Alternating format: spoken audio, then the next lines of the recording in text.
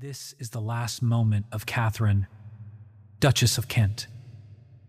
For years, she lived in the shadow of the crown, a woman of nobility, of duty, of silence.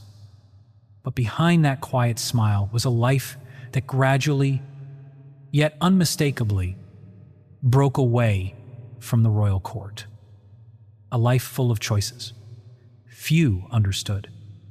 A faith that challenged tradition, and a farewell that changed everything. Katharine, the Duchess of Kent, was never the most visible royal. No glamorous appearances. No tabloid scandals. Yet it was precisely her absence that spoke louder than thousands of photos. While others embraced the public role of the monarchy, she chose a different path. One of simplicity, spirituality, and anonymity. In 1994, she quietly stunned the world by converting to Catholicism, a decision almost unheard of within the British royal family. Not long after, she withdrew from public life, not because of illness or age, but out of conviction.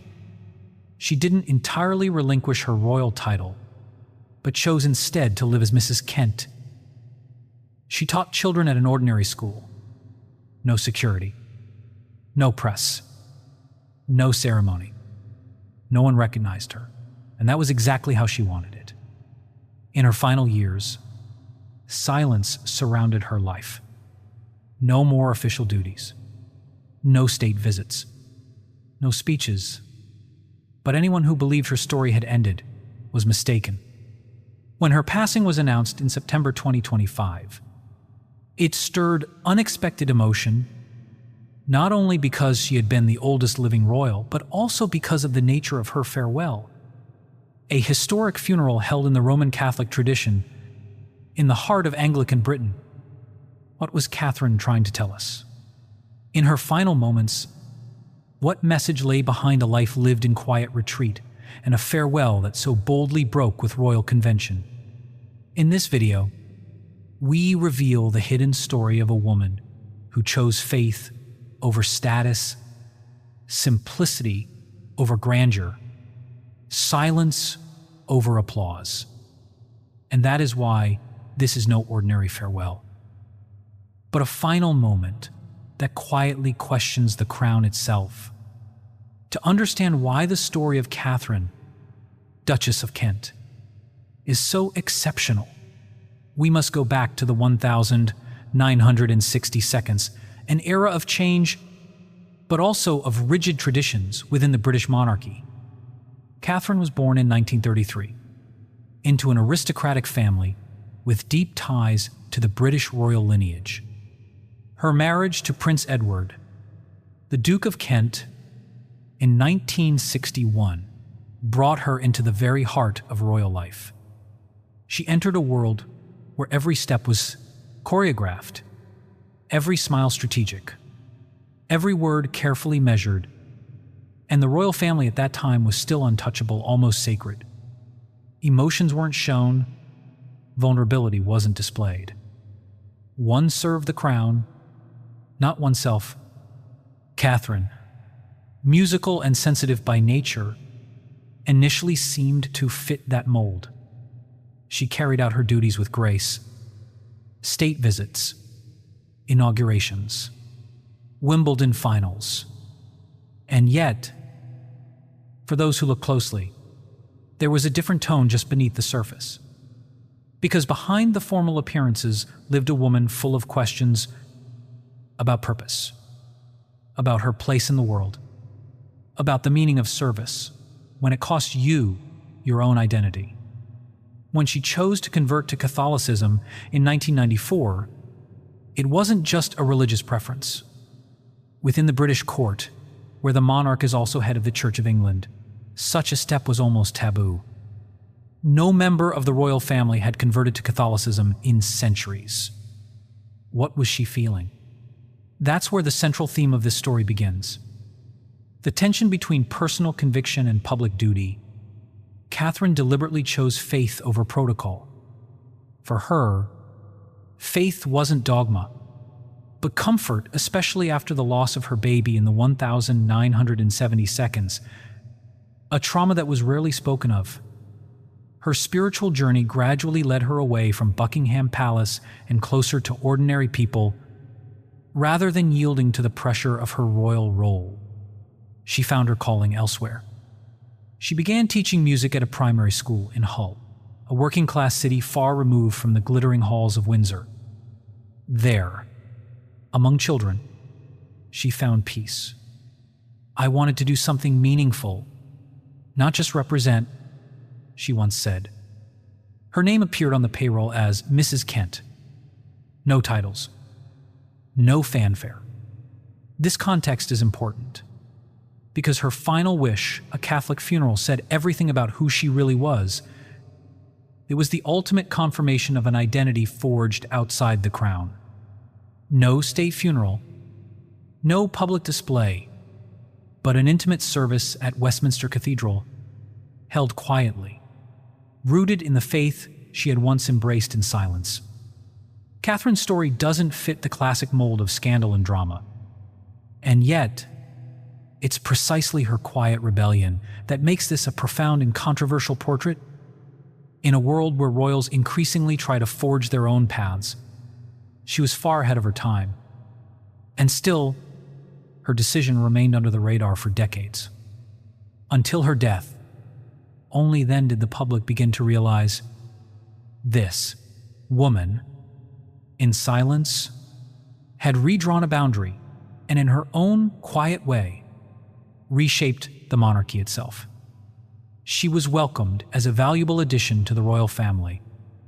Young, charming, musical Catherine was the perfect complement to the monarchy at a time when image meant more than ever. Her marriage to Prince Edward in 1961 wasn't a fairy tale, but it was grand. Millions of Britons watched as the Duchess of Kent entered royal life. On the surface, everything seemed ideal. She was well liked by the public, frequently present at sporting events and official engagements. She radiated a calm that contrasted with the more flamboyant royals. But behind that facade, something else was stirring. A growing sense of distance. Not just from the world outside the palace, but from herself. In 1977, something happened that would mark her forever. The death of her fourth child, just hours after birth. A tragedy kept hidden behind palace walls. No public mourning, no announcement, no time to grieve. Catherine temporarily stepped back from public life, but later returned, as was expected of her. And yet, something had shifted. The shadow of that loss lingered. Her public smile became less spontaneous. And though she continued to perform her duties, her presence began to feel more symbolic than real. Deep down, she increasingly questioned, what does service mean if you have to lose yourself to fulfill it? In the 1,980 seconds, she began investing more time in music education, first as a patron, later as a volunteer. She visited schools, gave workshops, and spoke with children for whom music was a sanctuary. That work brought her joy. No crown, no ceremony, just the power of notes and rhythm. Slowly, her world began to shift. And then came 1994. Without warning, without a press release. News broke that the Duchess of Kent had converted to Roman Catholicism. The press was stunned.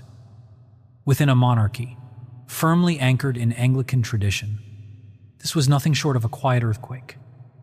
There were whispers of tensions within the royal household, of distance between her and other family members. What few people knew was that this decision came from years of spiritual doubt and searching. Catherine had no interest in spectacle. For her, this was a personal surrender, not a political statement. And yet no one could ignore it. The Duchess of Kent had broken with centuries of royal convention. The years that followed saw her retreat further into silence. She still appeared, occasionally, but far less often. In 2002, and she surprised again, she asked not to be addressed as Her Royal Highness anymore. From then on, she wished to be known simply as Mrs. Kent. This decision was never officially announced, but it was noted within royal circles. No one knew exactly why, but in practice, it marked a clear step away from her public role. Then something truly unexpected happened. Katharine took a job as a music teacher at a public school in Hull. A regular school, no elite institution, no royal academy. She took the bus. She had no bodyguards. The children called her Mrs. Kent, often unaware of who she really was. For some, this was scandalous. For others, a quiet act of courage. But for her, it was simply life. She taught, she listened. She guided young voices that otherwise might never have been heard. What began as a marriage to the crown ended in a marriage to the community. Her fall wasn't a public scandal or dramatic exit, but a slow, steady release from the rigid mold of status. She didn't lose anything. She found something. Herself. The climax of her life story would come only after her passing in September 2025, while many royals choose to be buried in Westminster Abbey or St. George's Chapel. Katharine chose Westminster Cathedral, the Catholic heart of London. No state funeral, no military procession, only faith. There, in the quiet nave of the cathedral, she was remembered the way she had lived, without grandeur, without pretension, but with a power you couldn't ignore. The consequences of her choices are still felt today. She didn't rewrite royal laws, but she opened hearts. To many, she was a mystery. To some, a quiet rebel. To herself, just a woman who chose to truly live. She was a mystery. Even to those closest to her, whispered a former palace aide when news of her passing broke. And perhaps that was exactly her intention, because behind every royal silhouette is a human being, and Katharine, Duchess of Kent, embodied that more than anyone. In silence, she fought a battle that was never declared, not with words, but with choices, not with drama, but with withdrawal. The darker truth behind her path wasn't an affair, nor palace intrigue. It was the story of inner emptiness inside a golden cage. The story of a woman who lost her child, nearly lost her voice, and ultimately found herself in simplicity. After the death of her son in 1977, something in her gaze changed. A teacher at a music school where Katharine later taught recalled a moment. She taught as if she wasn't teaching, as if, with every song, she tried to whisper hope to the children. And to herself, the media barely mentioned it. The royal image remained intact. But behind closed doors, Katharine was wrestling with a grief no camera ever captured. The public role she was meant to fulfill began to feel like a weight. The endless smiles, the ceremonies, the surface-level obligations, it all became too much. She began praying in silence at night, not as a royal, but as a woman, a mother, a soul. I found peace in the silence, not in the applause. She once said in a rare interview, and it was within that silence that she rediscovered her faith. But that very faith brought her into quiet conflict with the palace, though she never admitted it outright. Her conversion to Catholicism wasn't sudden. It was an act of detachment. A well-informed advisor once revealed her decision surprised the Queen, but it was accepted with respect. Still, it marked a conscious separation, perhaps even from the concept of monarchy as it existed then. She remained physically present at a few public events, but her spirit had moved on. Into music, into classrooms, into chapels. She no longer wore a tiara, just glasses and a choir book. And it was there she found her dignity again. When it was announced that her funeral would take place at Westminster Cathedral, a Roman Catholic ceremony in the heart of Anglican London, it was more than just a venue. It was a message, not of protest, but of final truth, of closure. The public reaction was divided. Some spoke with admiration about her humility. Others, particularly traditional commentators, questioned whether her choices undermined royal custom, but no one could deny it. Her farewell was deeply personal, quietly powerful, and utterly meaningful. On social media, images circulated of her as a young woman. Contrasted with photos of her in the classroom, the juxtaposition moved many. Comments read, "She was more royal in her simplicity than most are in their grandeur. A woman who didn't wear the crown, but honored it nonetheless. What touched the public wasn't her title, nor her status, but her courage, the courage to set both aside, to step out of a role written for her and compose one of her own." There is a little scene video clip of her in a classroom, softly guiding a student at the piano. No cameras, no press, just music, and her voice saying, "Feel what you play. Not how it's supposed to sound, but how it feels to you." That was Katharine. Not what was expected, but what was felt. Her emotional climax didn't unfold on a palace balcony or in a grand hall. It happened in the silence of a cathedral, in the harmonies of a children's choir, in the fact that she chose a farewell that didn't demand tribute, only remembrance. And now, only in hindsight, do many begin to see how revolutionary her choices truly were. No declarations, no memoirs, no interviews, just actions, just silence. And perhaps that was her greatest truth.